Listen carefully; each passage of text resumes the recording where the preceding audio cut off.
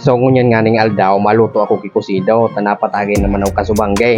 Panghali lamang kang hangover, tamalain ang pagbuhay-buhay pag hangover round. Dinaraya naman ako. So as you can see, ngek, puro English man nga ya. Bali, paluto na pala ninitigluto ko, kaya gusto ko nang namitan. Kung masiram lamang ang namit kay ni kang kusido na warang sira.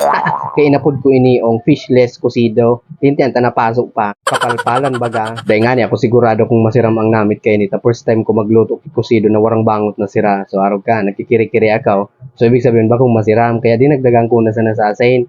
Nadaradaran sa nabaga sa paasin-asin. Iyan o. Sus. Pag uminas ka di, tubigan naman.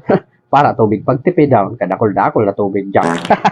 Pakaluto kayo ni sabay magigop-higop kisabaw, sabay mga rigaws, ano pa man daw, magpuuna naman, maghapon naman kita kidarakdukan, laklakan yan, harambogan pa, takong harambogan man sana, dahil amang kamumaga na sa kuya, mas maparos pa ni sa bagyaw.